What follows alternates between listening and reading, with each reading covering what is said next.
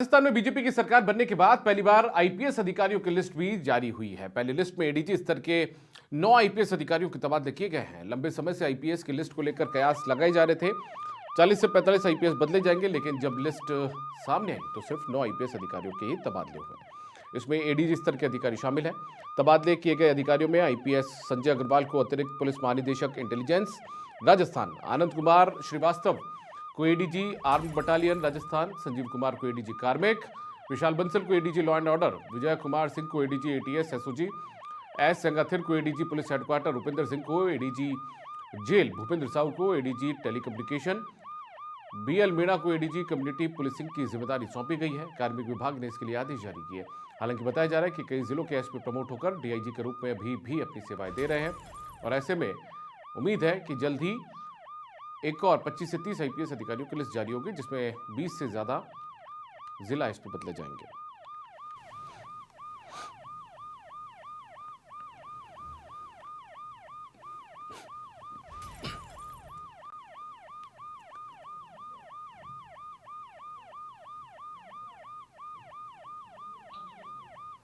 तो राजस्थान में 9 आईपीएस अधिकारियों के तबादले किए गए और ज्यादातर अधिकारी इनमें वो हैं जो कि एडीजी स्तर के हैं। तो ऐसे में जो लिस्ट आप अपनी टीवी स्क्रीन पर देख रहे हैं वो 9 आईपीएस अधिकारियों के तबादलों से जुड़ी हुई है। बीएल मीणा को एडीजी कम्युनिटी पुलिसिंग लगाया गया है। साथ में यदि बात दूसरे अधिकारियों की जाए तो विशाल बंसल एडीजी है, उन्हें एडीजी लॉ एंड ऑर्डर की जिम्मेदारी सौंपी गई है। विजय कुमार सिंह को एडीजी एटीएस और एसओजी की जिम्मेदारी मिली है। इसके साथ ही एस संगाथिर को एडीजी पुलिस मुख्यालय लगाया गया है।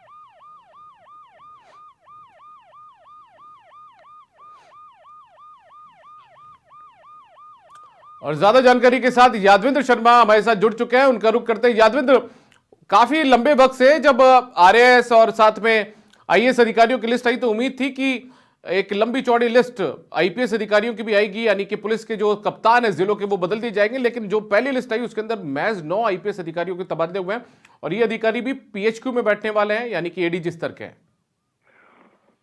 देखिए दीपक, निश्चित तौर पर एक लंबी लिस्ट का जो है यहाँ पर इंतजार कर रहे थे। जब वजनदार सरकार जब सत्ता में आई और बीजेपी सरकार जब सत्ता में आती है उसके बाद क्या, क्योंकि ब्यूरोक्रेसी में बड़ा फेरबदल यहाँ पर देखने को मिलता है। लेकिन ब्यूरोक्रेसी में जो फेरबदल हुआ वो सबसे पहले आईएएस और कुछ आरएएस अधिकारियों का ही यहाँ पर फेरबदल किया गया था। लेकिन आईपीएस की लिस्ट को लेकर के लंबे समय से जो है इंतजार वो तमाम आला अधिकारी जो थे वो कर रहे थे। इसके अलावा जो जिले के अंदर जो कप्तान जो है लगातार अपनी जो भूमिका को यहाँ पर निभा रहे हैं वो भी लगातार उम्मीद लगाए बैठे थे कि शायद उनका जिला है जो तबादला की जिले से तबादला किया जाएगा।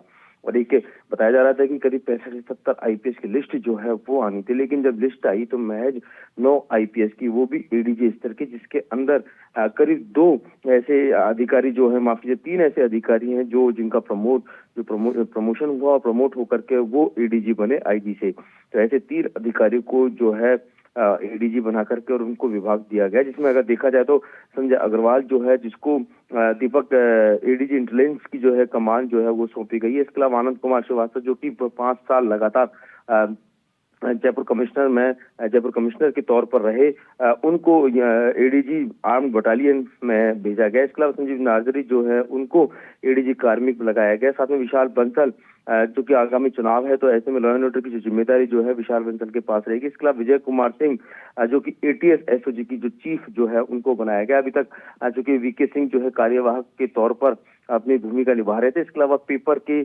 जो पेपर लीक के प्रकरण में एसआईटी की जो जिम्मेदारी जो है वो वीके सिंह जी के पास थी, लेकिन अब एटीएस एसओजी की पूरी जो जिम्मेदारी जो है विजय कुमार सिंह जी को सौंपी गई। इसके अलावा एस संगाथिर जो कि इंटेलिजेंस के अंदर थे, पिछले 2 साल से लगातार इंटेलिजेंस के अंदर रह करके काम कर रहे थे। उसके बाद इनको अब पुलिस हेडक्वार्टर जो है एडीजी हेडक्वार्टर जो है वो लगाया गया। इसके अलावा जो रुपेंद्र सिंह जो थे आईजी जो थे वो भरतपुर के, वो प्रमोट होने के बाद वो रुपेंद्र सिंह को जेल एडीजी जो है लगाया गया। अभी तक मालिनी अग्रवाल जो थी वो एडीजी जेल के रूप में काम कर रही थी, लेकिन अब इसके अलावा भूपेंद्र साहू जो आईजी जो थे, जो जेल के अंदर थे, जो कि ट्रांसफर होकर के आए थे, उनको टेलीकम्युनिकेशन यानी तकनीकी सेवाओं के अंदर लगाया गया। इसके अलावा क्या माना जाए अब एक और लिस्ट आ सकती है कोई जिसमें जिलों के कप्तान यानी कि एसपी बदले जाए? निश्चित तौर पर देखिए करीब 20 से ज्यादा जिला एसपी जो है बदले जाएंगे, क्योंकि आगामी चुनाव है और बदलना निश्चित है। ऐसे में जिसमें से 4 जो एसपी जो है वो डीआईजी बन चुके हैं। तो निश्चित तौर पे लिस्ट तो आनी तय है, लेकिन ये कब आएगी ये अभी तक पेशम पेश में है। हम सभी लोग हैं, इसके अलावा जिला एसपी जो है वो भी लगातार इस इंतजार में है कि शायद उनका जिला बदला जाएगा। और अब देखिए जब 9 आईपीएस की लिस्ट आई, वो भी एडीजी स्तर की, तो उम्मीद जताई जा रही है कि डीआईजी की और इसके अलावा कुछ एसपी जो हैं, जिसमें 20 से 25 एसपी जो है वो बदले जाएंगे। यानी कुल मिलाकर के 35 से 40 आईपीएस की लिस्ट जो है वो आनी है, और देखना यह है कि वो लिस्ट जो है कब तक आ पाती है। चलिए यादवेंद्र, बहुत शुक्रिया आपका इस तमाम जानकारी के लिए। तो 9 आईपीएस अधिकारियों के तबादले हुए, एडीजी स्तर के अधिकारी हैं, कुछ इसमें से प्रमोट होकर डीआईजी से एडीजी बने हैं, और अब उम्मीद है कि एक और आईपीएस की लिस्ट जल्द आएगी जिसमें जिलों के एसपी भी बदले जाएंगे।